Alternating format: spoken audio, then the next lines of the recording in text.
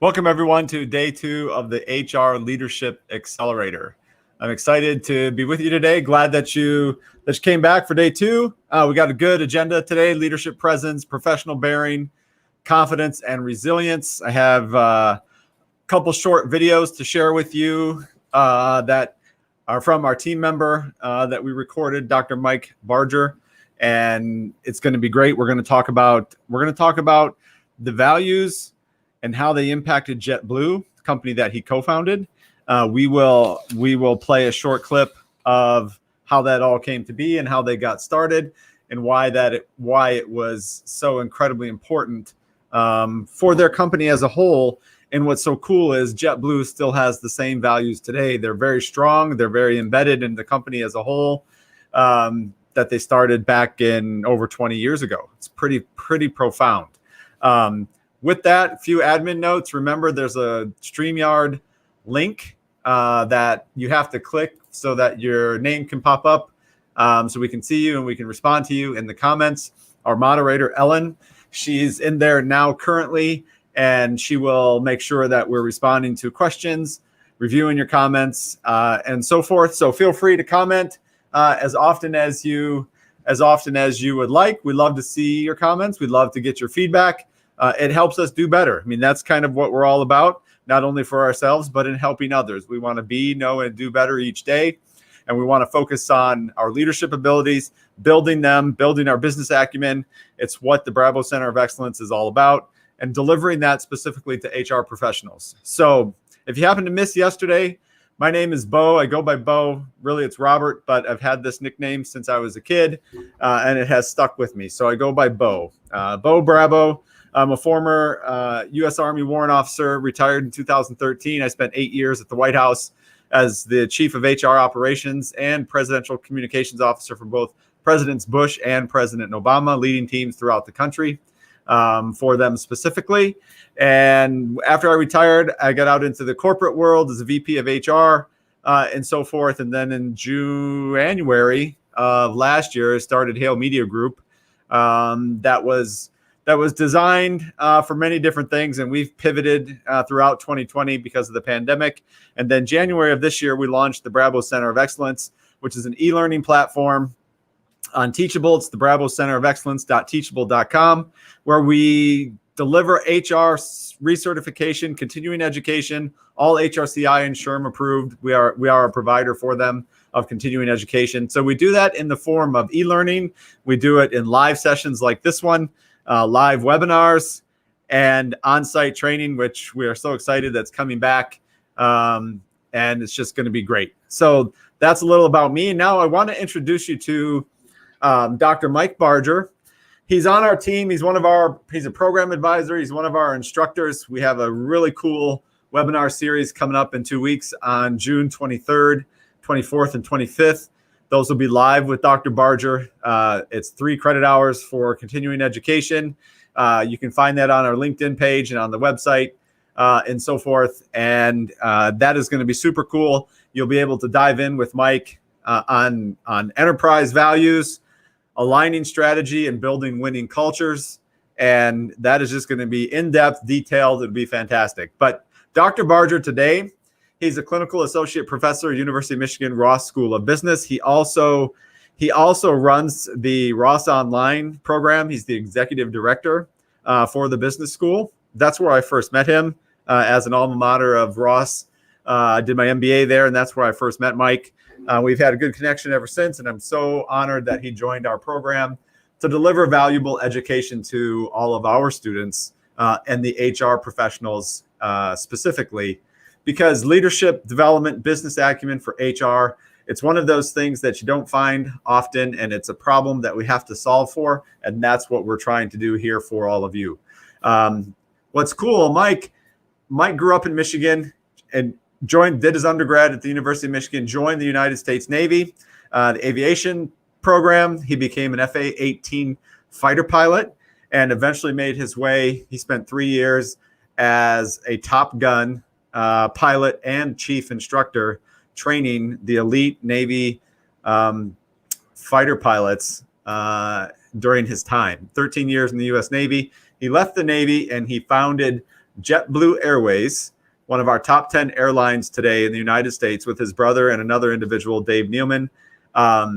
They started the company, and shortly after founding the company, they realized they were absent of corporate values. So I'm going to play for you a video clip.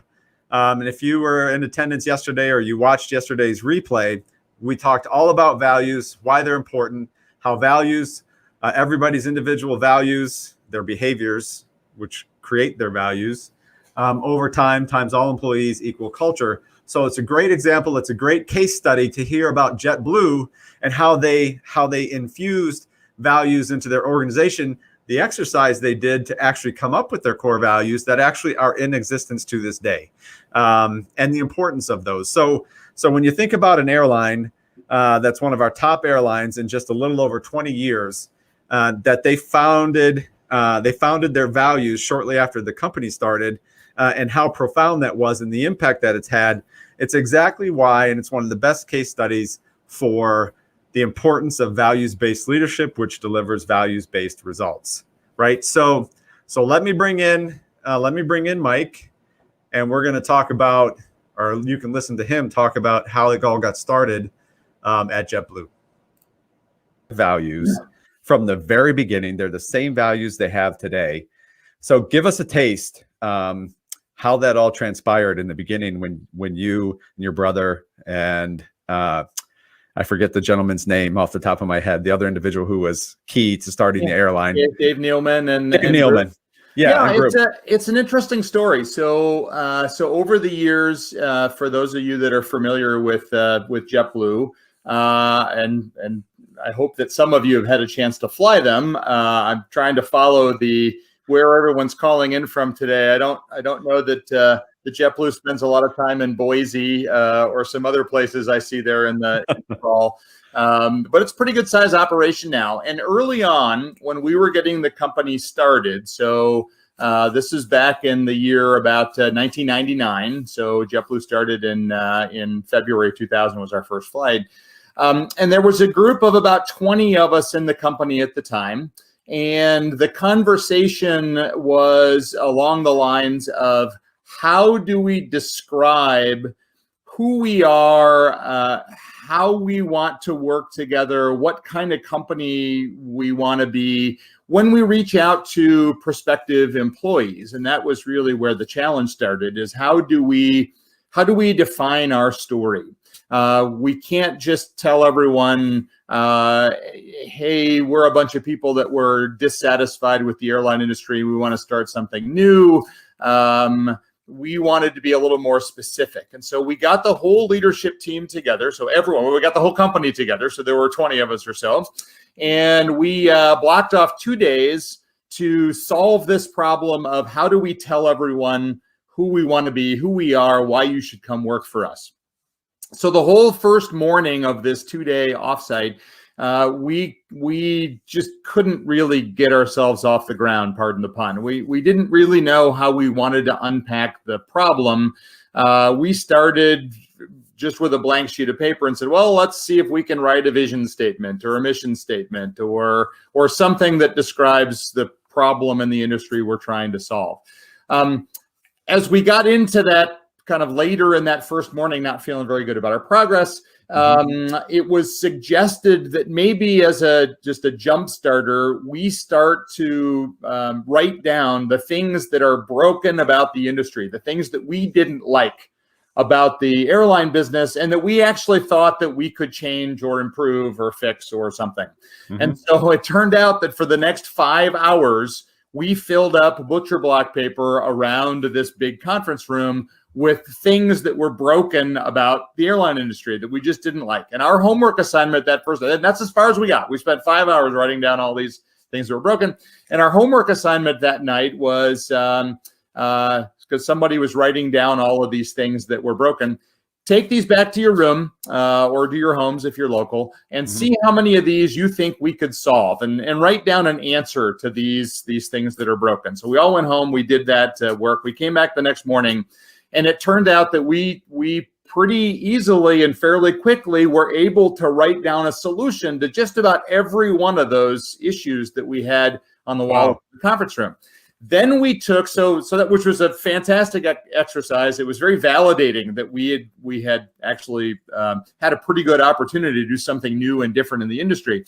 Then we decided that wouldn't it be interesting if we could start to group these things, because it felt like there were some common themes in some of the problem solutions.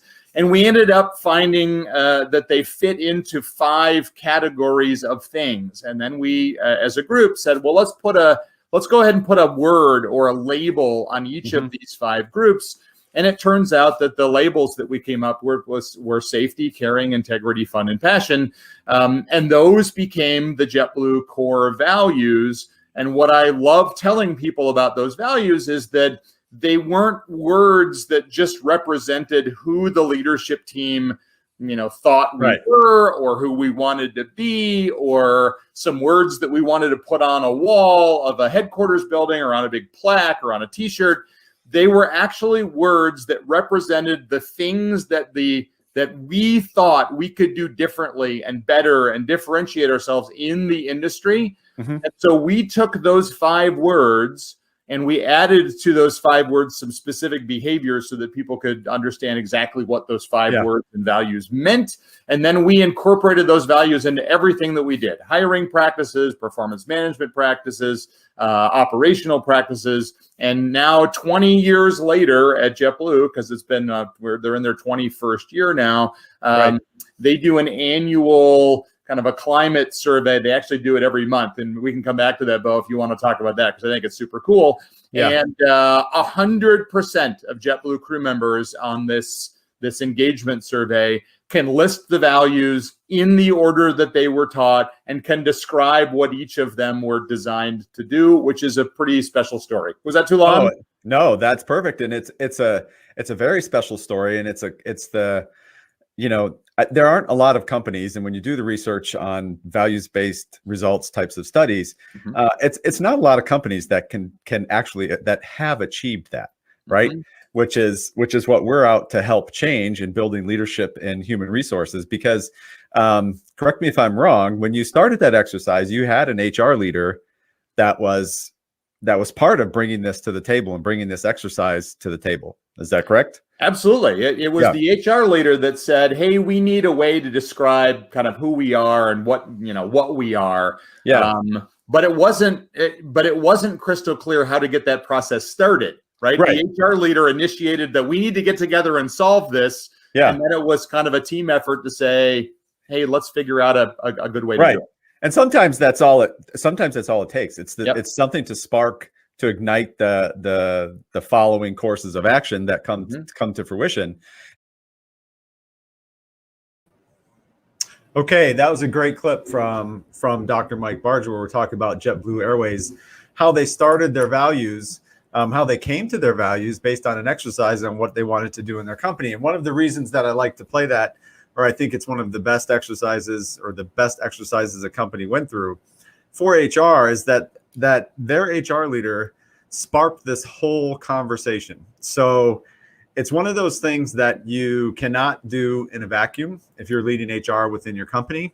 It's got to have the leadership, not buy-in, but the leadership presence, which we're going to talk about. They have to be involved. They're stakeholders in the process. You have to have buy-in with them. They need to be champions of the process along with you, so that you can guide these types of things in your organization where you're building corporate values that mean something, that have an impact, have lasting long-term value to your organization as a whole.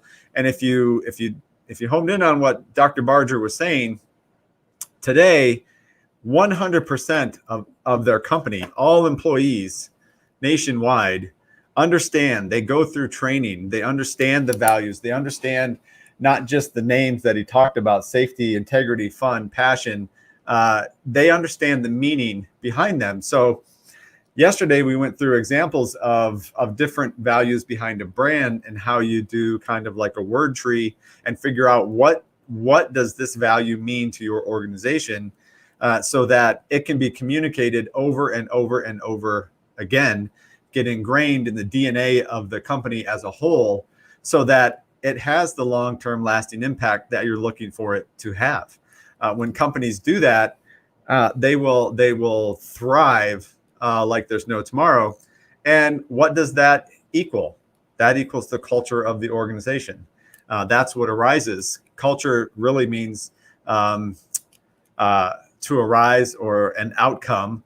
And when we tie, I'll say it over and over and over again, when we tie behaviors over time against all employees, it's our culture. Think about that's what JetBlue has done and they have achieved. There are other companies like that that have achieved the same thing, but there aren't a lot. It's not the profound majority of companies that do that. Companies get, leaders get bogged down with the urgencies of the day versus setting priorities and working on things that are important that could actually take them to the next level in their organization and help them grow and scale. And that's where HR comes into play. When you build within HR professionals the leadership and the business acumen, it's these types of problems that we can help solve for inside of our organization and really deliver an ROI that's just as profound as if the company is delivering a new product to the market. When you can inspire and lead these processes to build a values-based organization, the return on that investment, on that time and that energy and that effort across the board is exponential. One of the things that makes Dr. Barger such a huge asset to our program, when he was in JetBlue, and we talk about crisis leadership, he was leading the Emergency Action Center for their company during 9/11 when the terrorists hit the United States, 2003 Northeast blackout, 2007 Valentine's Day crises. All of these types of things hit their airline, hit the industry as a whole, and the individuals, the people under his leadership had to know how to respond and how to react. How does that play into today when everybody, literally globally, have gone through, and hopefully most companies coming out of the COVID-19 pandemic crisis, and now everybody has a taste of what crisis really is in a very, very real and a big way. And that's dealing with COVID-19. So I'll give you an example from the airline industry and these are FAA requirements. So when any type of crisis hits, that could be something as, all of it is profound, but maybe the airline, the plane has a wheel break and it's stuck out on the tarmac, or there's a fire and they got to call in the fire department at the airport to come in and put out the fire before the plane takes off. It could be a slew of different things. Well, what companies like JetBlue have in their emergency action centers, they have standard operating procedures, binders, if you will, filled with processes and procedures, the system that they have put in place, and then they execute against that system in order to make their way through the crisis. It's profound. If companies have not taken the opportunity since we started this pandemic or last spring when COVID-19 happened up until now, to really kind of do the after action type of reports and so forth and conversations to go over how the pandemic impacted their company, how it impacted their employees, what are some of the things that they did right along the way, what happened, what went wrong, and how do they improve those things the next time. So the next time when some type of crisis hits the organization, they know how to respond. They can pull out the playbook and say, we've been through a crisis, a pretty profound one, and we know how to react.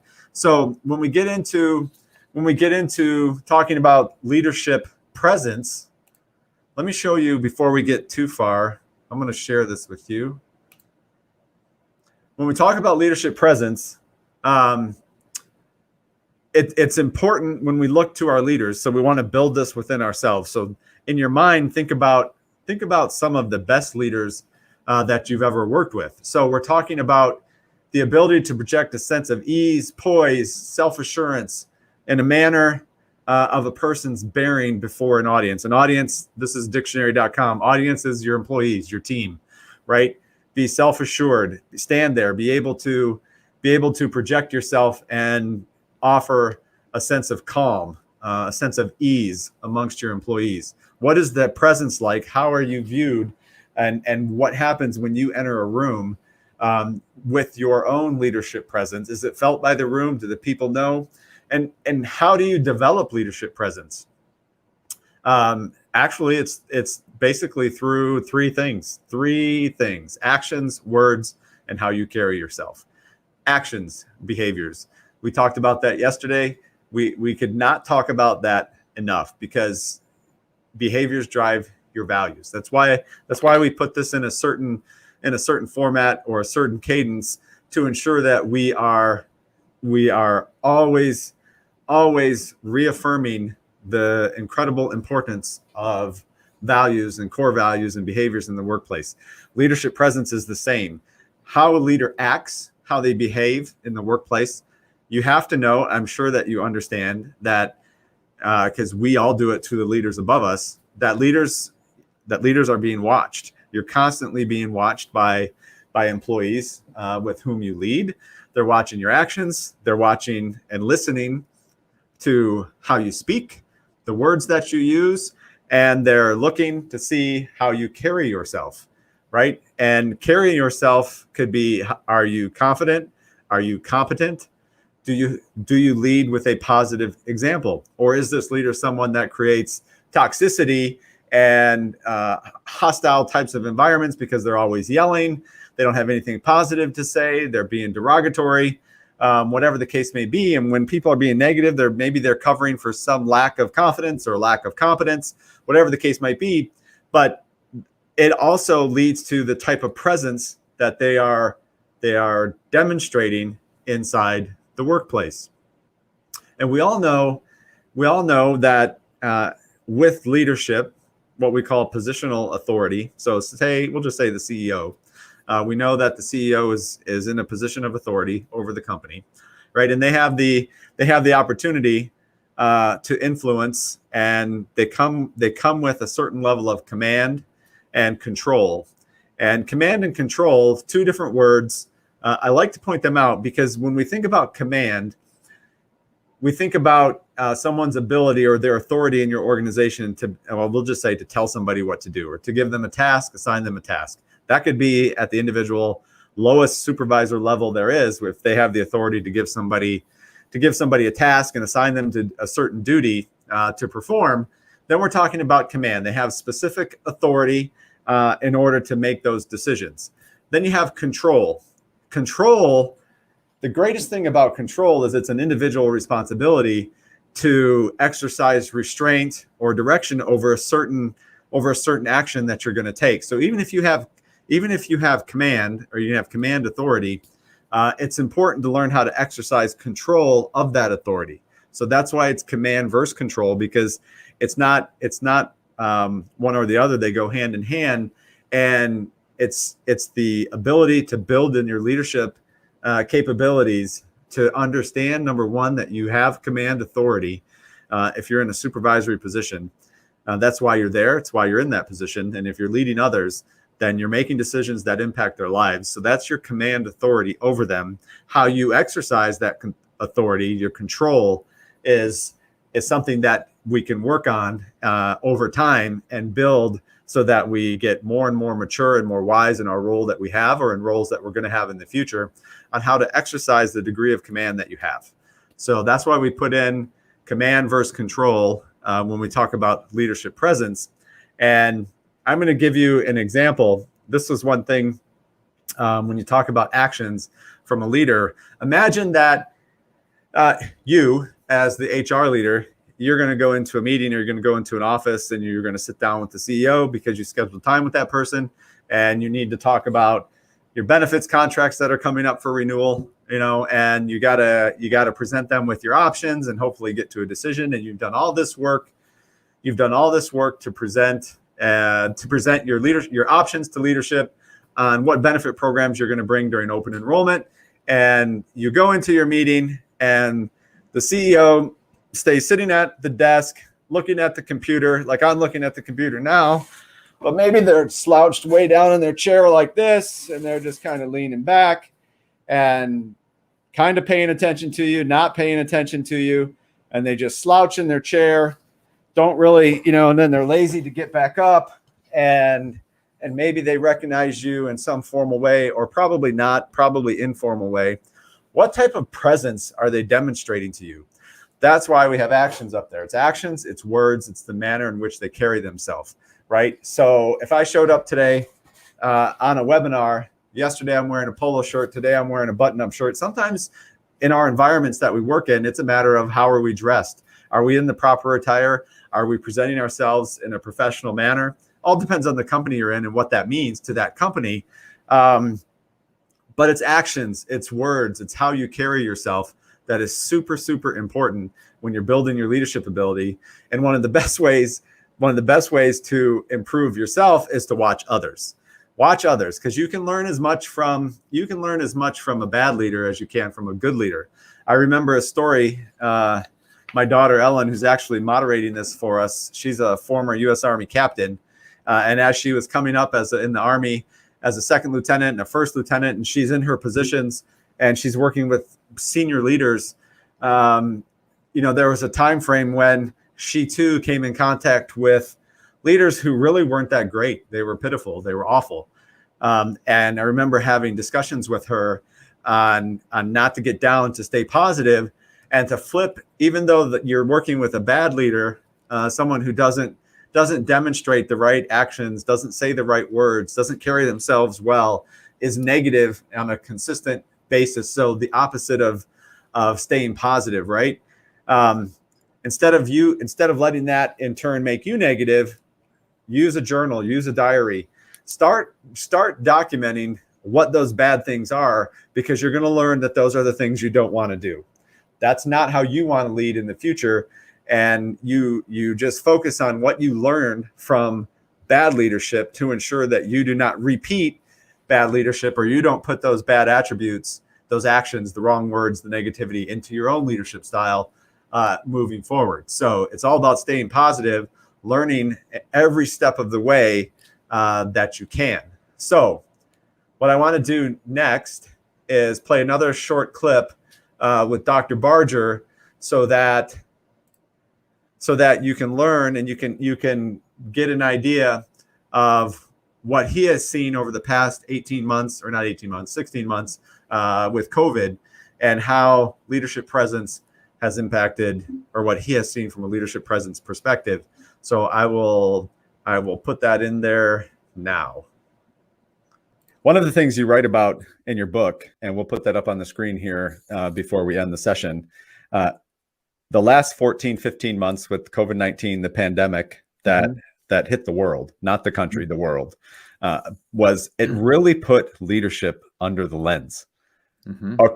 Companies, communities, politicians, governments, it put families, it put leadership really under that microscopic lens, because people didn't know how to react, how to respond, poor decisions being made. How does that all play into all the things you teach your students, what you write about in High Stakes Leadership in Turbulent Times, the title of your book?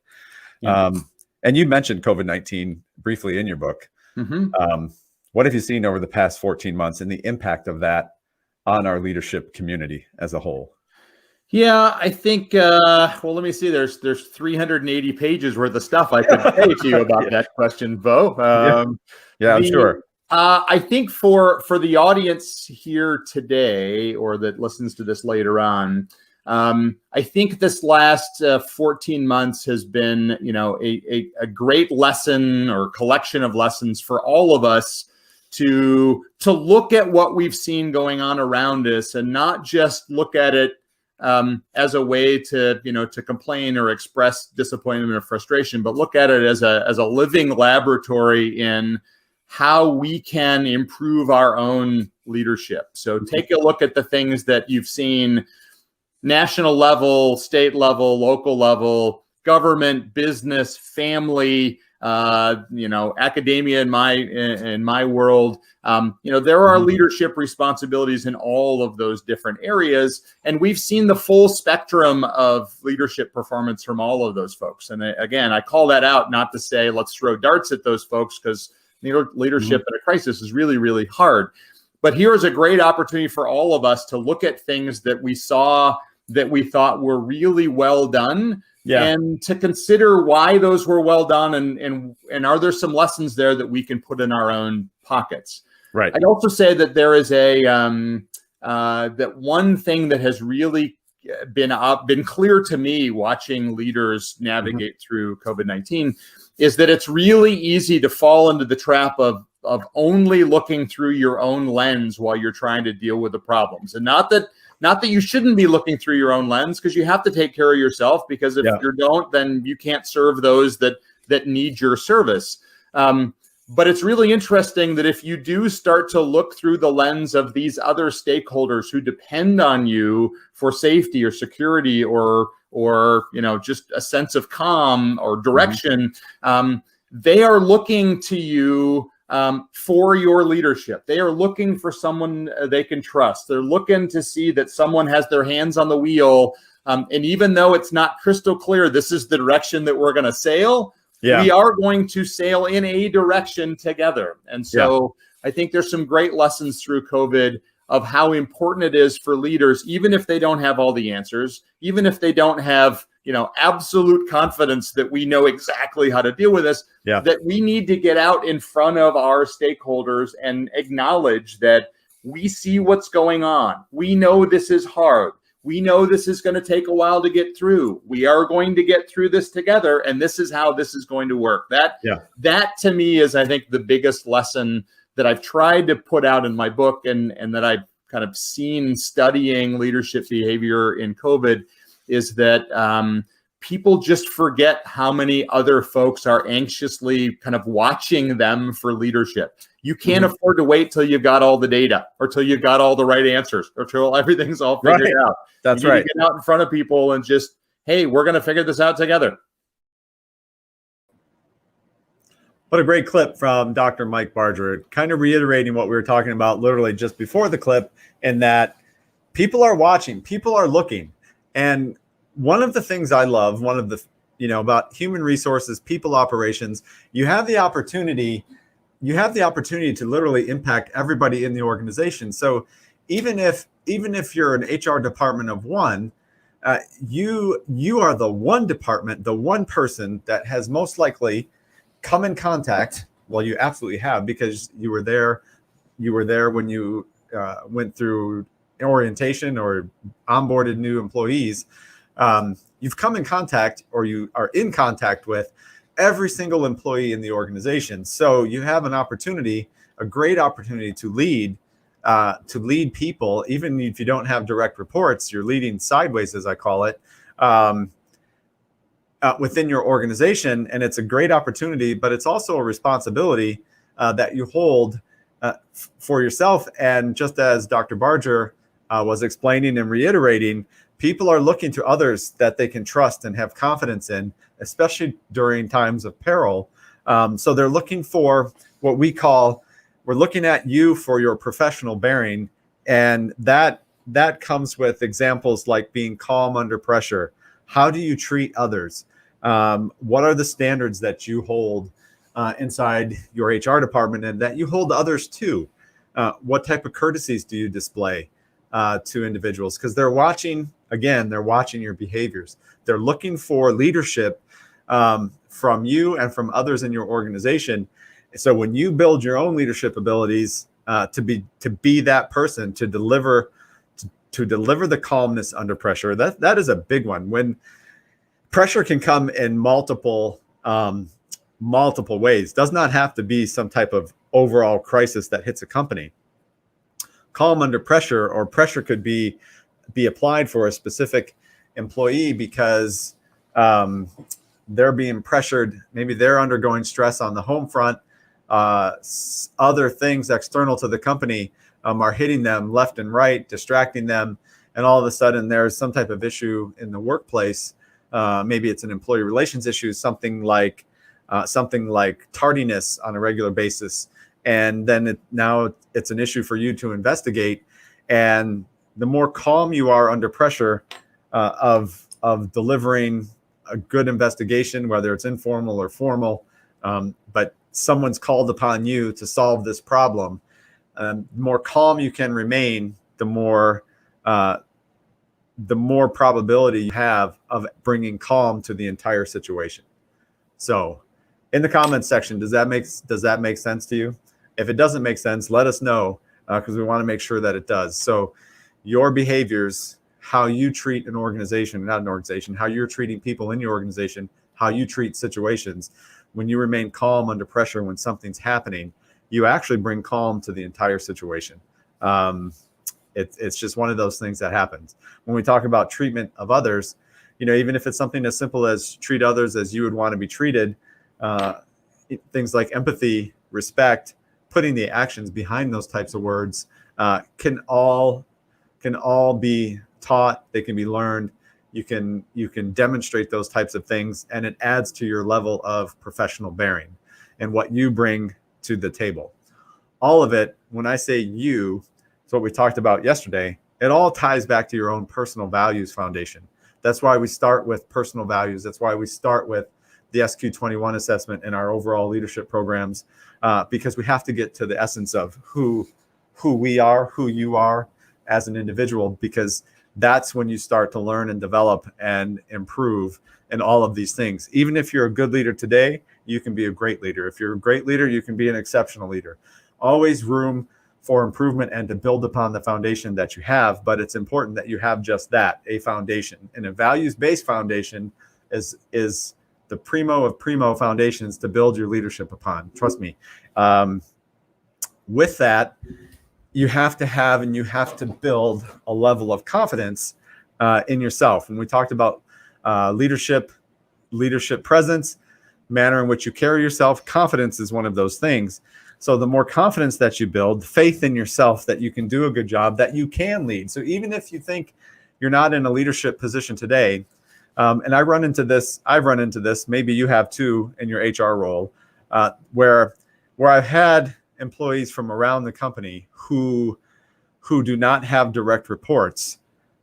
They'll want some counseling or some mentorship, and it's often said the reason they want direct reports, or they're asking for direct reports, they want to supervise somebody because they need to be able to lead. So then I get into a conversation around, you don't need direct reports to be a leader. You can lead what I call up, down, and sideways. That's hierarchical: subordinates, peers, superiors. So even if you're an individual and you want to influence your boss, you can actually provide leadership to your supervisor. You can provide leadership to the CEO. You can provide leadership to somebody outside of your department. This happens regularly. Think about project management. A project manager gets assigned to a project. A team comes together. They're also leading vendors in order to accomplish a task, outside external agencies that are part of this project in order to get it done. So they take on a leadership role. Even though they may not have direct reports, they're taking on this leadership, and they're leading outside, external to their company. They're leading internal to their company. So the more they build their confidence and the faith in themselves that they can do it, a lot of confidence comes with mindset, and that you have the ability to grow and to actually lead. Even if you're an introvert, you can learn how to step out of that in certain times and lead within your company. It's also about having faith in others. Have you ever heard of the term trust but verify? It's a very common term that I've used for years, and I know many others who do as well. When you have let me start this over. HR has a huge amount of administrative burden on your shoulders every single day. Right?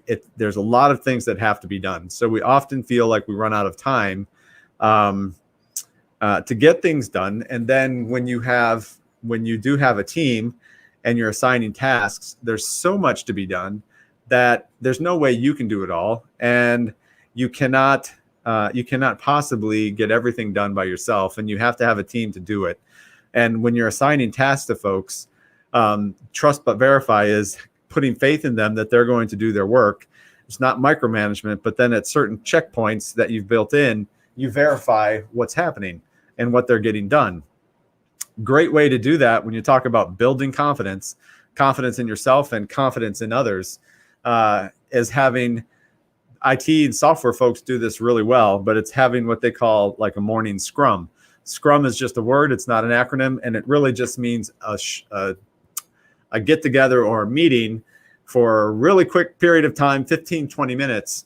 And each person in the group, you discuss very quickly what you're working on that day, what you need to accomplish that day, and if there are any impacts or impediments to you being able to get that work done. You use this in HR, which I have done, and it works profoundly well because it's just a checkpoint that everybody's involved in on the team, and everybody has to have an opportunity. Everybody speaks. What are the tasks you're working on that day? What is impacting your ability to get that done? Or if there's an actual impediment that you cannot move forward on a specific task without some type of resource from you as the HR leader. This is how you build faith in yourself and faith in others. And when you get into this cadence on a daily basis, your team you're doing all kinds of things. There's all types of benefits from this simple once a day in the morning, get it out there, get it over with. Because when you're listening, you're building faith in somebody else. So team member A is telling you what they're going to work on, what they're going to do. You're listening and paying attention to make sure that that's actually something that you assign to them to do, and it aligns with the work that has to be done during the day. So they're basically reiterating back to you that, yep, they understand what it is that they're doing and what they have to get done. And they also understand the resources that they need to do that work because they're going to tell you if they have any impacts or impediments to get the work done. So it's a great tool.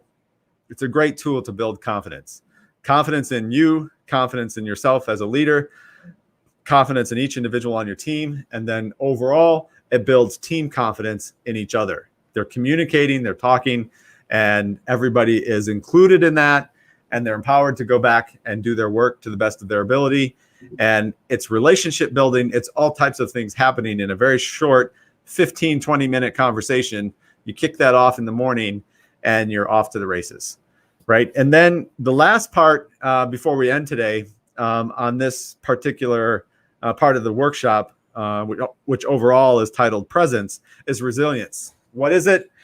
Do you have it? And how do you get it? So resiliency, in a nutshell, is your ability to pick yourself back up and keep going even when you fall. So even if something doesn't go quite right, your resiliency is to take a look at what it is, what didn't happen, pick yourself back up, go after it again in a different way so that you can accomplish what it is that you want to accomplish.